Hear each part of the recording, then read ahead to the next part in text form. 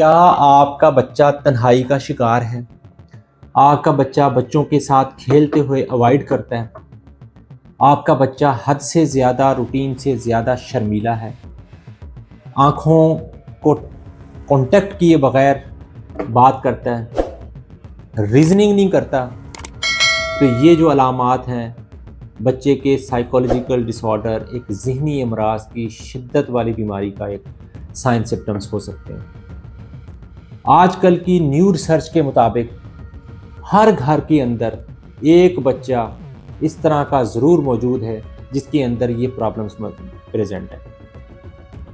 ये इसके पीछे क्या वजूहात हैं, इसके पीछे क्या रीज़न्स हैं, क्या साइकोलॉजिकल डिसऑर्डर्स हैं जिसकी वजह से इस तरह के प्रॉब्लम्स बच्चों के अंदर हर आने वाले दिन के साथ ये बढ़ते जा रहे हैं। मुआशरे के अंदर, हमारी सोसाइटी के अंदर ये बच्चों की तादाद क्यों बढ़ रही है, आइए जानते हैं। अगर हम 50 साल पीछे चले जाएं या 20 साल ही पीछे चले जाएं, इस तरह के बच्चों की जो रेशो है वो कभी कभार जो है ना वो 2000 में से एक बच्चा, ठीक है ना, 40-30 हज़ार में से एक बच्चा होता था। लेकिन आजकल जो रेशो है इसकी बढ़ी हुई है, वो हर 100 में से बच्चे निकल रहे हैं। यूजुअली न्यू रिसर्च के मुताबिक हर घर में एक बच्चा मौजूद है। ऐसा क्यों है? क्या इसके पीछे कोई ऐसी चीज़ें हैं जिसकी वजह से हम जो इनको रोक नहीं सकते?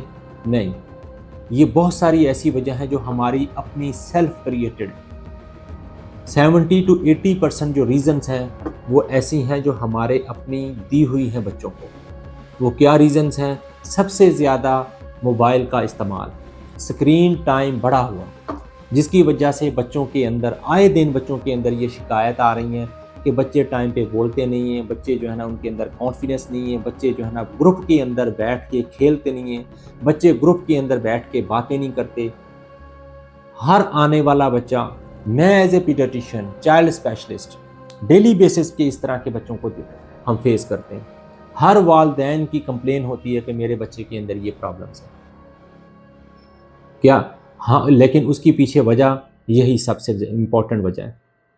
20% कोई इस तरह के हैं जिनकी वजह से जेनेटिक डिसऑर्डर्स हैं, जेनेटिक है फैमिलीज़ के अंदर, ज़हनी अमराज की जेनेटिक्स हैं, उसको आप चेंज नहीं कर सकते, वो जनरेशन बाई जनरेशन चलती है। लेकिन 70 to 80% रीज़न्स जो हमने खुद अपने बच्चों को दी हुई है उनको हम रोक सकते हैं। उसके पीछे यही वजह है कि स्क्रीन टाइम का बढ़ जाना, फिज़िकल एक्टिविटी का बच्चों के अंदर कम हो जाना, और फास्ट फूड का जो है ना वो ज़्यादा इस्तेमाल होना, फ्रूट्स की कमी होना, सनलाइट का जो है ना वो एक्सपोजर प्रॉपर नहीं है बच्चों के अंदर। ये वो सारी रीज़न्स हैं जिसकी वजह से इन बच्चों के अंदर प्रॉब्लम्स क्रिएट हो रहे हैं। न्यूट्रिशनल डेफिशिएंसीज, स्पेशल जो न्यूरोटॉनिक्स हैं, न्यूरो जो है ना वो न्यूरो डेवलपमेंटल जो एक न्यूरॉन्स होते हैं जिनकी न्यूरो डेवलपमेंट करनी होती है, वो न्यूट्रिएंट्स की डेफिशिएंसी है हमारी डाइट्स के अंदर। आजकल हमारे बच्चे रूटीन में क्या खा पी रहे हैं? वही खा रहे हैं जो फास्ट फूड के अंदर है। कोल्ड ड्रिंक्स पी रहे हैं, जूसेस, गंदे जूसेस पी रहे हैं, गंदी चॉकलेट्स खा रहे हैं, गंदे जो है ना वो चिप्स खा रहे हैं, जिनके अंदर न्यूट्रिएंट्स नहीं बल्कि एक जहर भरा हुआ है जो बच्चों की दिमाग की जो कैफियत है, दिमाग की जो ग्रोथ को उनको रोक रहे हैं। ठीक है ना? इनके लिए सबसे जो इम्पोर्टेंट चीज़ है, इनके न्यूट्रिएंट्स, जो जिंक हमें चाहिए, इनके अंदर ओमेगा 3 चाहिए, इनके अंदर हमें जो है ना फैट्स की अच्छी क्वांटिटी चाहिए। ठीक है ना? जो हमें मिलेगी कहाँ से? सनलाइट से, फ्रूट से और अच्छा खाने से। ठीक है, जिसकी वजह से बच्चों के अंदर दिमाग की ग्रोथ हो रही होती है। इन बच्चों के अंदर क्या होता है कि दिमाग के जो न्यूरॉन्स हैं वो प्रॉपरली एक्टिव नहीं होते। ठीक है ना? वो रैंडमली एक्टिवेट कर रहे होते हैं। ठीक है ना? खड़े खड़े बच्चे जो है ना वो अजीब सी हरकतें करना शुरू की हैं, बार बार हाथ मार रहे हैं, बार बार जो है ना इस तरीके से हाथ हिला रहे हैं। अगर आप उसके साथ बात करोगे तो वो आपके साथ आई कॉन्टैक्ट नहीं करेगा। ठीक है ना? आइसोलेटेड होकर बैठना पसंद करेगा, अपने बहन भाइयों के साथ प्रॉपरली इंगेज नहीं होगा, स्टडी के अंदर कमज़ोर है। लेकिन इसका मतलब नहीं है कि उसका IQ कमज़ोर है।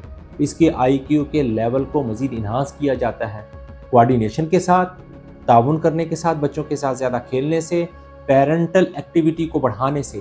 पेरेंट्स का 90% रोल है इस डिज़ीज़ को कंट्रोल करने में।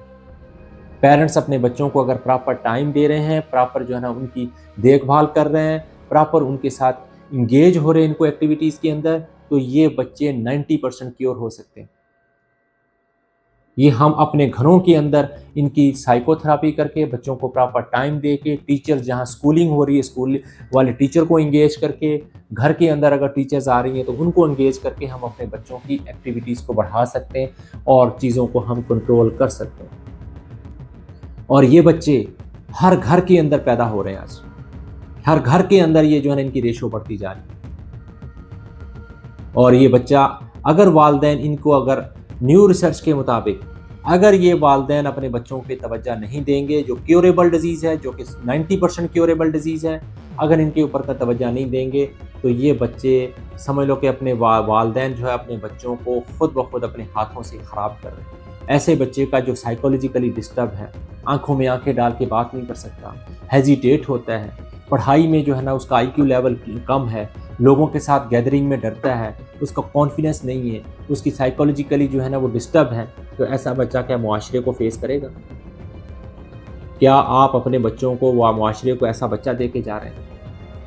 ठीक है ना? अपने खुदारा अपने बच्चों की जो है ना वो एक्टिविटीज़ को देखें, नोट करें। और वालिदैन हमेशा इन चीज़ों के अंदर डिनाइल फेज़ में रहते हैं कि नहीं मेरा बच्चा ठीक है, नहीं मेरा बच्चा ठीक है, कोई मसला नहीं है। अगर इस तरह की चीज़ें अगर नोट कर रहे हैं तो अपने पीडियाट्रिशियन को, अपने करीबी डॉक्टर को लाजमी चेक करवाएं, उसको दिखाएं कि बच्चे के अंदर ये प्रॉब्लम्स आ रहे हैं, ताकि प्रॉब्लम टाइम के ऊपर डिटेक्ट हो और उसकी साइकोथेरेपी हो, प्रॉपर बिहेवियर थेरेपी हो बच्चों को, और प्रॉपर न्यूट्रिशनल एडवाइस की जाए ताकि बच्चों के अंदर ग्रोथ हो, दिमाग की, ब्रेन की ग्रोथ हो, बच्चों की जो है ना एक्टिविटीज़ बेहतर हों। ये इसलिए ये बहुत जो है ना फैलती हुई डिज़ीज़ है, ये एमर्जिंग डिज़ीज़ है।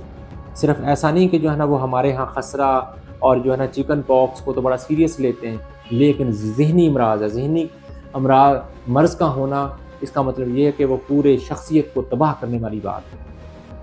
इसलिए इन चीज़ों के ऊपर नोट करें, अपने बच्चों के ऊपर निगरानी रखें, अपने बच्चों की सोशल एक्टिविटीज़ और जो है ना साइकोलॉजिकल एक्टिविटीज़ और डेली बेसिस के ऊपर जो एक्टिविटीज़ हैं उनके ऊपर नज़र रखें कि बच्चा किस तरफ जा रहा है, और अपने बच्चों को प्रॉपर इसको जो है ना दिखाएं और उसकी जो है ना प्रॉपर ट्रीटमेंट करवाएं। इसमें हेजिटेट ना हो, डिनाइल फेज़ में ना रहें, अपने हाथों से अपने बच्चों को ख़राब ना करें। अस्सलाम वालेकुम।